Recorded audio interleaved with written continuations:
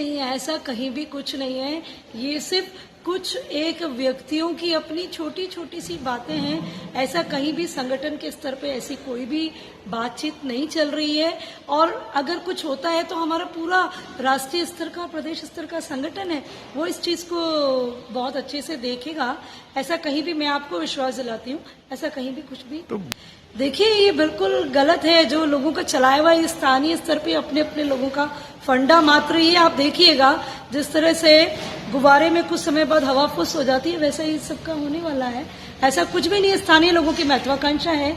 माननीय कोई भी जो खुद सर्वोच्च पदों पे रह के गए, उनकी ऐसी महत्वाकांक्षाएं नहीं होती है। वो समझते हैं पार्टी संगठन क्या है और पार्टी के साथ ही वो आगे आएंगे। वो आप तुरंत जल्दी देखेंगे। स्थानीय निकाय के चुनाव जब है यहाँ पर, तो इसके निमित्त आज मेरा महिला बहनों से, आम महिला बहनों से और पार्टी कार्यकर्ताओं से मिलना रहा है। साथ ही ये संदेश देना आवश्यक है कि संगठन सर्वोपरि है। संगठन के साथ मिलके, क्योंकि माननीय प्रधानमंत्री जी को, जैसा कि हम जानते हैं, बहुआयामी व्यक्तित्व और जनता के लिए, आम व्यक्तियों के लिए, सभी के लिए जो योजनाएं हैं वो स्पष्ट और प्रभावी रूप से ऊपर से अविरल धारा के रूप में नीचे प्रवाहित हो रही है। तो इसकी एक कड़ी स्थानीय निकाय चुनाव का जीतना और बोर्ड का गठन होना भी रहेगा। तो जितना अधिक हम आम जनता के लिए काम कर सके, उनको लाभान्वित करवा सके, ऐसा मेरा उद्देश्य रहा कि बहनों को थोड़ा सा बूस्टअप किया जाए, जिससे कि वो चुनाव में अपनी प्रभावी भूमिका दिखा सके।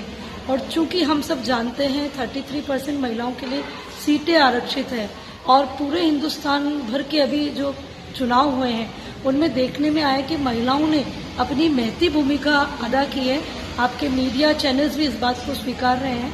तो महिलाएं जब जागृत होकर के इस विषय के लिए, इसके लिए कार्य करेगी, तो अधिकतम परिणाम हमारी भारतीय जनता पार्टी के पक्ष में आएगा और अधिकतम सीटों के साथ हम विजयी होकर हमारे बोर्ड का गठन करेंगे।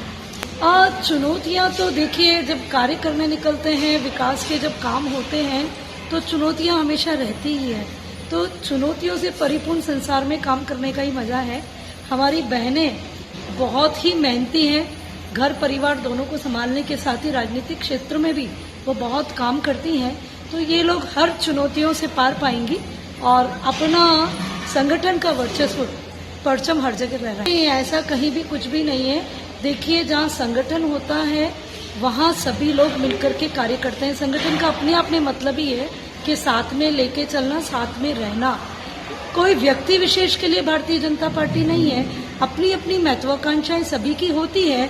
तो कोई महत्वाकांक्षा रही होगी, उसको हम इस विषय पे ज्यादा बात नहीं करते। मैं तो आपसे ये कहूंगी कि अधिकतम बहनें और अधिकतम जो हमारे कार्यकर्ता हैं वो पार्टी संगठन के साथ सभी पूरे जोर शोर से लगे हुए हैं। और आप 2-4 दिन में देख लेंगे कि सभी के सब, उनमें से जो इधर उधर हो रहे हैं दाएं बाएं, वे भी सब पुनः पार्टी का काम करते हुए अपना पूरा का पूरा समय का समर्पण और कार्य की प्रणाली को भारतीय जनता पार्टी के लिए उपयोग में लाएंगे।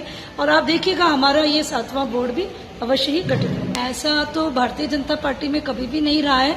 मैं आपको बताना चाहती हूँ, एकमात्र ही ऐसा दल है हमारे हिंदुस्तान का जिसमें संगठन के अंदर भी 33% आरक्षण बहनों को दिया गया है। अब हमारी जितने भी गठन हुए हैं, चाहे जिले के हुए हैं, मंडल के हुए हैं, सब में 33% की अनिवार्यता प्रदेश स्तर से लेकर के मंडल और शक्ति केंद्र के गठन तक रही है।